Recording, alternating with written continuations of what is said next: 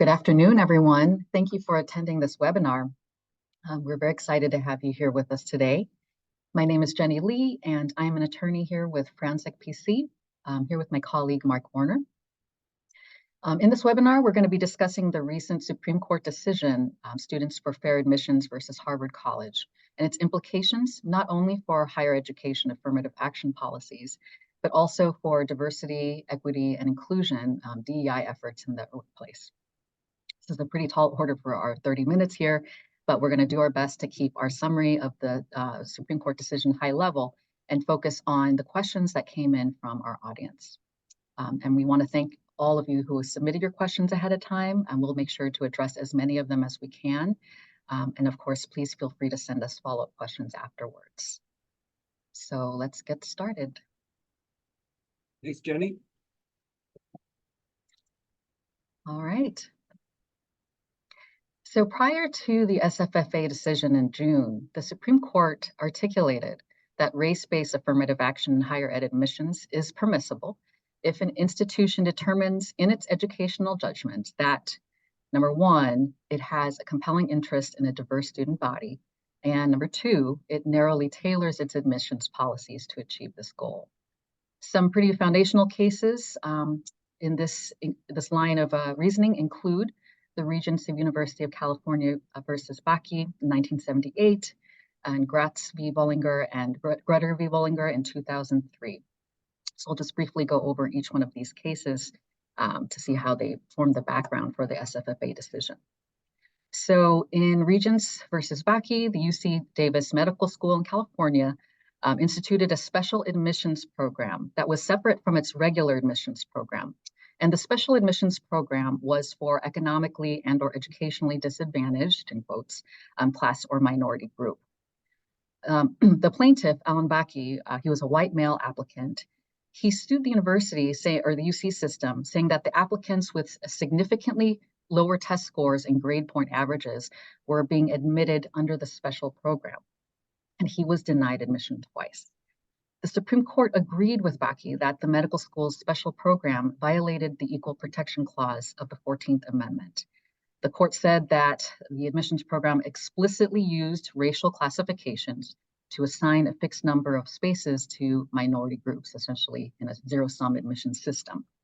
And ironically, in this decision too, the court then praised the Harvard Affirmative Action admissions program for being appropriately holistic and flexible in considering all pertinent elements of diversity of candidates in light of their particular qualifications. So according to the court in Bakke, the Harvard admissions program then would have passed muster. But of course, as we see in the SFA decision, that changes. The Gratz v. Bollinger and Grutter v. Bollinger cases in 2003 were a pair of cases in which the Supreme Court revisited this issue of the constitutionality of affirmative action. This was 25 years after Bakke, and both of these cases had to do with admissions programs at the University of Michigan. And Gratz v. Bollinger had to do with the undergraduates admissions program, and Grutter had to do with the law school. So together with the Bakke decision, both of these Bollinger cases, they set the standard for the Supreme Court's jurisprudence on affirmative action in higher ed all the way up until SFFA. So in Gratz, just a brief recap, undergraduate white applicants who challenged the university's use of racial preferences in undergraduate admissions, they were suing the university, saying that this admissions program, where every racial minority applicant automatically received 20 points out of the 100 that was required to guarantee admission. They said that this admissions program violated equal protection and Title VII. The Supreme Court agreed with the plaintiffs, and they based their reasoning on Bakke, and they said that the University of Michigan's undergraduate admissions policy, by automatically awarding the same number of points to all minority candidates, it was not narrowly tailored to achieve its goal of diversity, and thus it was unconstitutional. With the law school admissions program, though, the court found that it was constitutional. So in Grutter, the court basically looked at the law school's admissions policy and deemed it to be appropriately crafted to achieve student body diversity in a way that was compliant with Bakke. Since, quote, The hallmark of that policy was its focus on academic ability, coupled with a flexible assessment of the applicant's talents, experiences, and their potential to contribute to the learning of those around them. What was key here was that there was no automatic awarding of points. There were no automatic guaranteed admission based on these points. The highest possible score did not guarantee admission to the law school, and neither did a low score automatically disqualify a candidate. And so based on this, the court said that a permissible affirmative action admissions program, it has to be highly individualized. It has to engage in a holistic review of each applicant's file, give serious consideration to all the ways an applicant might contribute to a diverse learning environment. And also, and this is very key, not unduly burden non-minority applicants.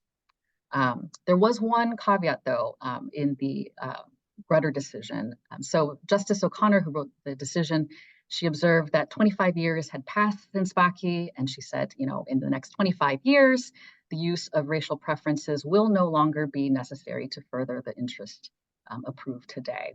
That 25-year deadline, which would make it 2028, was, just a source of all kinds of controversy and confusion because, it was never quite clear whether it was supposed to be a prescriptive deadline, like it had to end in affirmative action, had to end in 25 years, or was it aspirational? And even the justices in that decision and their concurrence and dissents were kind of all over the place with that. So in 2014, this is the lead up to the SFFA case, an anti-affirmative action organization called Students for Fair Admission, they filed separate federal lawsuits against Harvard and the University of North Carolina. And they did this on behalf of anonymous Asian American and white plaintiffs who were rejected from both universities. And the plaintiffs were alleging, similar to in previous cases, that the university's undergraduate admissions processes violated Title VI and equal protection. This is notable for many reasons, but this is also, the first time that the plaintiffs included non-white applicants. And sort of historically, lead up to this case, Asian American students had become disproportionately represented on college campuses, particularly at elite universities. And in this lawsuit, they joined the white applicants condemning affirmative action policies as racially discriminatory against both groups of students. So last June 29th, 2023, the US Supreme Court struck down the affirmative action policies at Harvard and UNC, ruling that they were unconstitutional in violation of equal protection. So here's a little bit of the analysis here. Justice Roberts, who penned the majority opinion, he found that both of the university's admissions processes, which were slightly different, but he said that both of them basically failed the strict scrutiny standard for race-based classifications, which is very narrow. He said that they were not narrowly tailored enough to further their compelling interest. His decision is notable because he also points out that the university's supposed compelling interests, which they laid out in their briefs, which included promoting diversity, training future leaders, promoting robust exchange of ideas, etc., all of which were found to be compelling interests in previous decisions. This time he said, they're not compelling because they cannot be subjected to meaningful judicial review. While the diversity goals of these institutions are, quote, commendable, he wrote, they are not sufficiently coherent for the purposes of strict scrutiny. So he said basically the interest was standardless. And he also said that, the means, the admissions programs, the means by which they were processing these applications and vetting these applicants was not narrowly tailored. It was not meaningfully connected to the goals. Racial ethnic categories that they were assessing applicants by were too imprecise. He stated that they were veering into stereotyping. And then finally, he came back to that notion of the logical endpoint from Grutter. He said that that Harvard's and UNC's admissions programs both lacked a logical endpoint. And so with standardless interests, they're not narrowly tailored, and they lacked a logical endpoint for all these reasons, they were in violation of the Constitution. So before we go into the questions, kind of just wanted to make it very clear that while the Supreme Court did declare an end to race-based affirmative action programs at these two elite higher ed institutions. Exactly what was ended is not entirely clear. First of all, because Justice Roberts heavily relies on the analysis that was laid out in both Bakke and Grutter. So there was no overturning of the Bakke or Grutter decisions. It was sort of a modification of them. And also, and this is very interesting, is that Justice Roberts did not rule out race-based considerations entirely. Instead, he kind of added on to the Bakke-Grutter standard and almost creating a new standard, right? So in addition to making sure that any race-based admissions policy is narrowly tailored, using the least restrictive means to achieve a compelling purpose, and all of that is, of course, the Bakke-Grutter standard. Now, a university must show that this compelling purpose is both A, measurable by the courts, and B, has a clear expiration date, right? That sunset provision. And so, oh shoot, let me go back to that. Okay. But he said that the one constitutionally permissible means would be to consider how an applicant's discussion of how race affected his or her life, be it through discrimination, inspiration, or otherwise, would be okay. That would pass constitutional muster. However, universities can't simply establish through application essays or other kinds of means the admissions programs and policies that Harvard and UNC had up until that point. Furthermore, he said any race-conscious consideration has to be done on a case-by-case basis. For instance, a benefit to a student who overcame racial discrimination must be tied, he said, to that student's courage and determination, or to that student's unique ability to contribute to the university.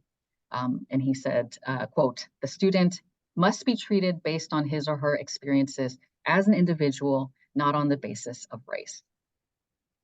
How this exactly differs in practice from previous affirmative action processes isn't entirely clear, because the examples that Justice Roberts provides, they don't necessarily fall neatly within his newly articulated standard. The exceptions that he provides, right, these individual case-by-case considerations of an applicant's race, solely tied to that applicant's unique ability to contribute to the university, it's difficult to see on its face how it qualitatively differs from the consideration of race in Harvard or UNC's previous policies. It's not clear how that would, pass these two new provisions, right? Whether how they can be measured by the courts, and they don't clearly have a clear expiration date. So the examples didn't quite pass muster here, at least as they were provided. And also, Justice Roberts didn't clarify how an admissions committee can conduct this analysis of race outside of application essays or other means. So there's still a lot to be worked out there in that gray area. And so one of the things that needs to be noted is that the decision had an immediate impact on affirmative action policies in higher education. At this point, though, the broader implications of this ruling outside of higher education and specifically outside of the area of admissions is still unclear. And this decision, as many of you in the audience know well, arrives at a moment where many states have passed legislation to censor, in some cases outright ban, DEI initiatives in education and in the workplace, as well as in K through 12. And legal challenges to DEI in the workplace have exploded in the wake of SFFA, inspired largely by this decision. And so that's kind of the next part of our talk here, is to kind of address some of these questions. So first, we'll talk a little bit about higher education. And then Mike, I just wanted to kind of, I know because you're going to be talking about employment, but is there anything that you wanted to add to the discussion of the decision itself?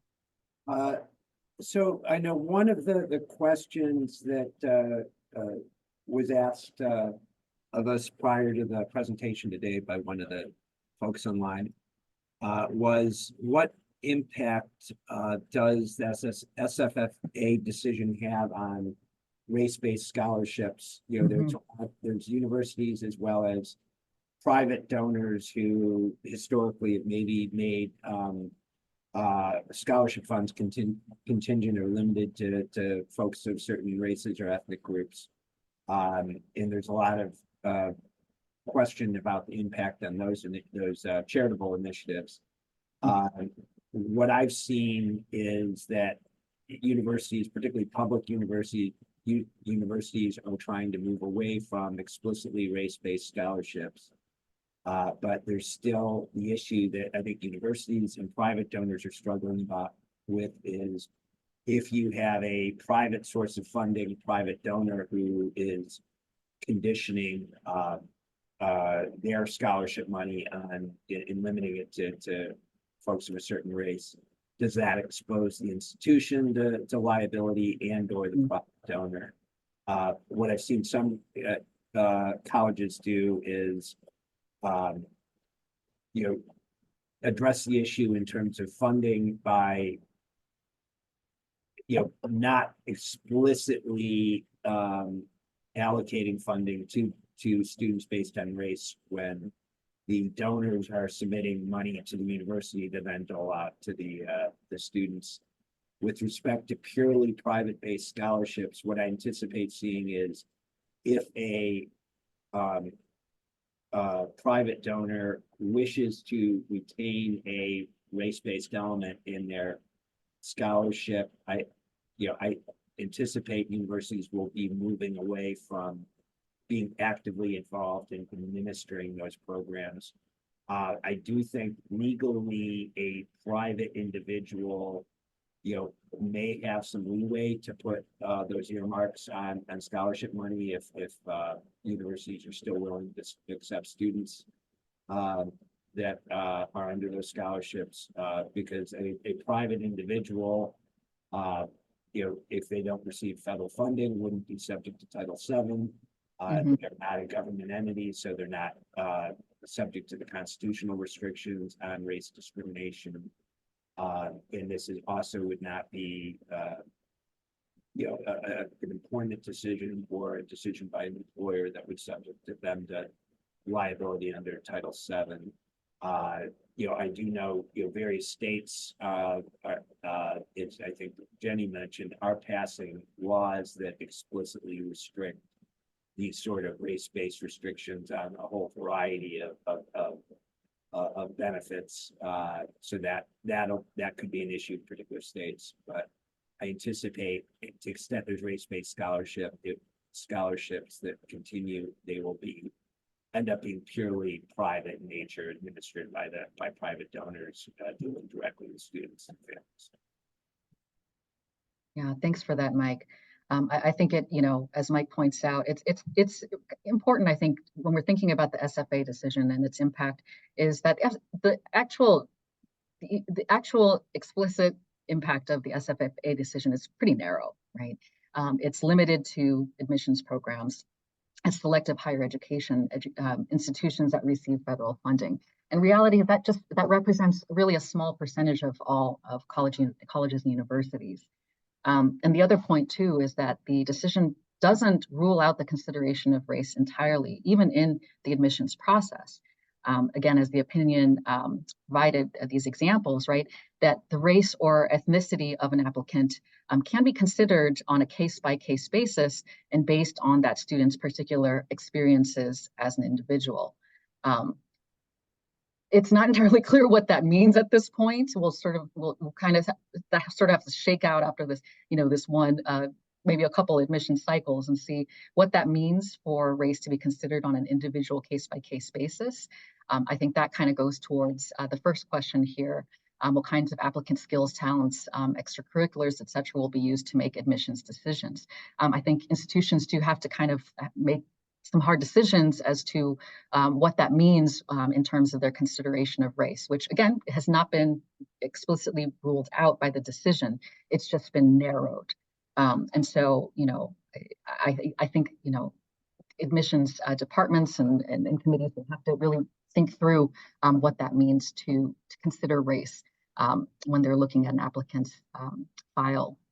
And so the other point too is that in reevaluating admissions policies, institutions can and really should start determining which factors in a holistic admissions process really faithfully reflect their institutional values and commitments. So some strategies might include targeting, for instance, first generation or Pell eligible applicants, or as many universities have started already doing away with preferences for legacy applicants who tend to favor wealthier white applicants, right, children of donors, in order to promote more equal opportunities for all students. So there are kind of other strategies that institutions can and have been taking to sort of sidestep the issue of, whether or not a race-based consideration is constitutional. What are some other things that would still reflect the diversity values of the institution? And then also, it's good to note that the SFFA decision, it doesn't rule out the possibility for colleges and universities to consider other diversity factors that are more race neutral. These are, socioeconomic or a geographic diversity of applicants. Because the decision is limited to admissions, the decision does not explicitly forbid considering race in financial aid, in recruitment, in diversity pipeline programs, mentorship programs, data collection, etc. And shortly after the SFFA decision, the Departments of Education and Justice jointly released a Dear Colleague letter and a Q&A. So this is guidance, it's not law, but they really wanted to address the impact of the decision and emphasize that the impact is, as we already discussed, fairly limited. And so they in the Q&A and the DCL, they wanted to provide some guidance on constitutionally permissible means of promoting student diversity in the wake of SFFA.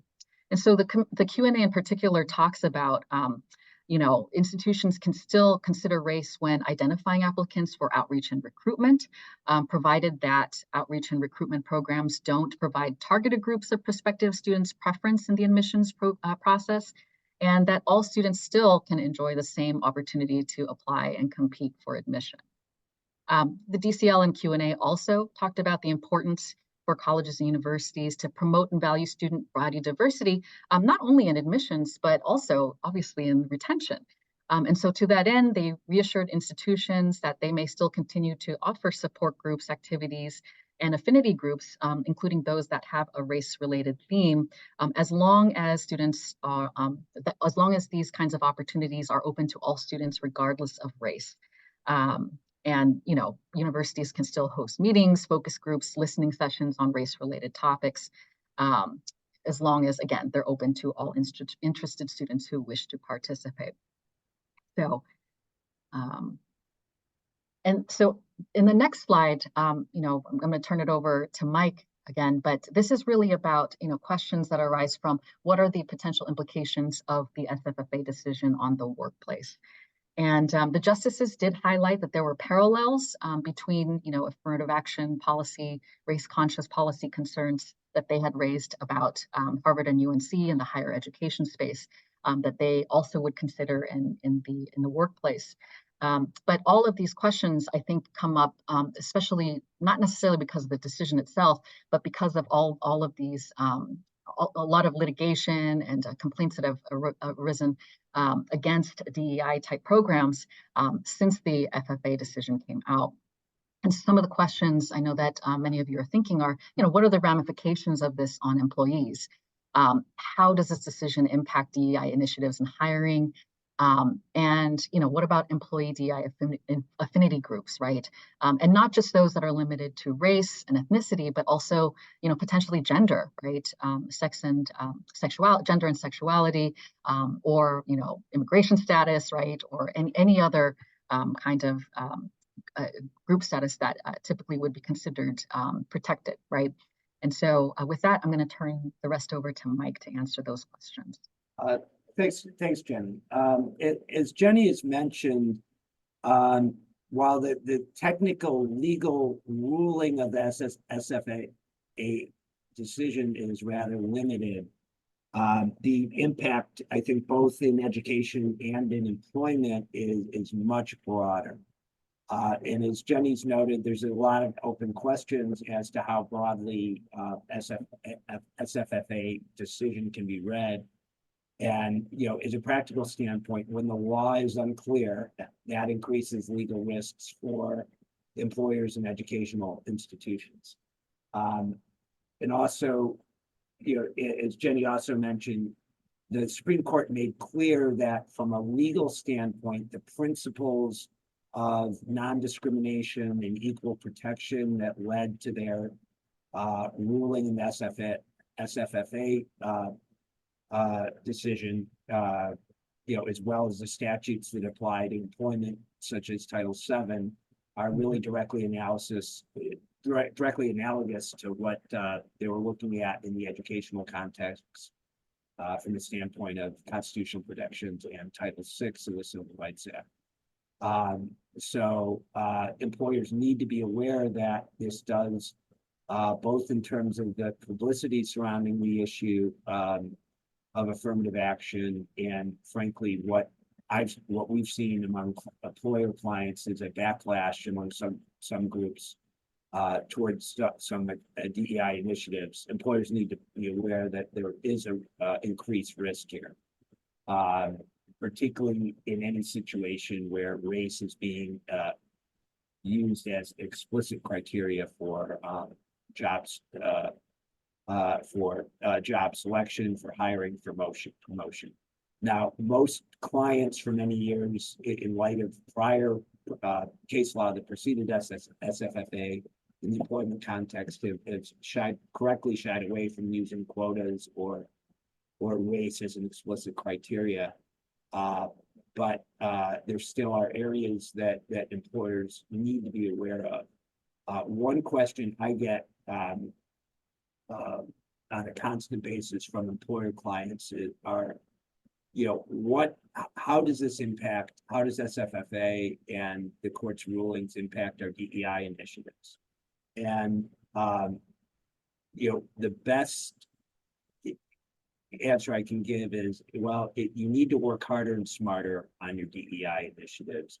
And my best advice to clients who are really concerned about diversity is look at your existing organization and existing practices to see to the extent you have a disparity in your existing workforce. Look at the underlying potential causes in terms of what the organization may be doing to hinder efforts to make the workplace more diverse. For instance, if sociological literature and studies are increasingly showing the importance of networks in employment and in education, that people tend to favor people within their own networks. And to the extent that education environments and or workplace environments are not diverse, across all races, studies have shown that people's individual networks, social networks, are even less diverse than the places they work at or go to school at. So what that leads to, if employers have existing practices that rely on things like word of mouth hiring, or tap on the shoulder promotion, where the pool of people being considered for advancement or opportunities are derived largely from people who the managers or employees already know. That is a recipe to counter any legitimate diversity efforts you're engaging in. The best advice I can give is to look at the mirror of your own organization and say, okay, do we engage in practices that maybe inadvertently that are inadvertently counter to our stated DEI goals. Look to open up applicant pools. Look at your hiring and promotion processes in particular to see if they rely on networks as opposed to expanding the potential pool of individuals considered for advancement. I know we're running out of time, so addressing the issue of DEI affinity groups. Affinity groups, I think, can be a helpful tool to further DEI advancement efforts and employee morale, because among other things, they help people develop networks that are so important to career advancement. However, from a legal perspective, they do have some risk, particularly if you're excluding people from those groups based upon race. There was a recent decision came out late last year from the Federal District Court in the Western District of Washington State, holding that a white employee who sought access to a employer sponsored affinity group for Black employees and was denied access to that group, did state a viable claim against the employer for race discrimination under Title VII. The court recognized that affinity groups may have value in the workplace in terms of promotion, career advancement, and whatnot, and excluding people based upon race from those sort of groups could be actionable discrimination. So in terms of affinity groups should be based on topic and subject matter, not the race of the individual participant. So from my perspective, I think you're on fairly safe ground having groups focused on items of interest to particular social groups, racial groups, ethnic groups. But in terms of actual membership, it should not be exclusionary based upon any protected category in terms of race, gender, LGBTQ status, and the like. So I see we're over time. Jenny and I can stick around for a few minutes if anybody has any questions. Other than that, thank you for listening today, and you could also email either of us with any follow-up questions you have. Thank you so much for being here with us.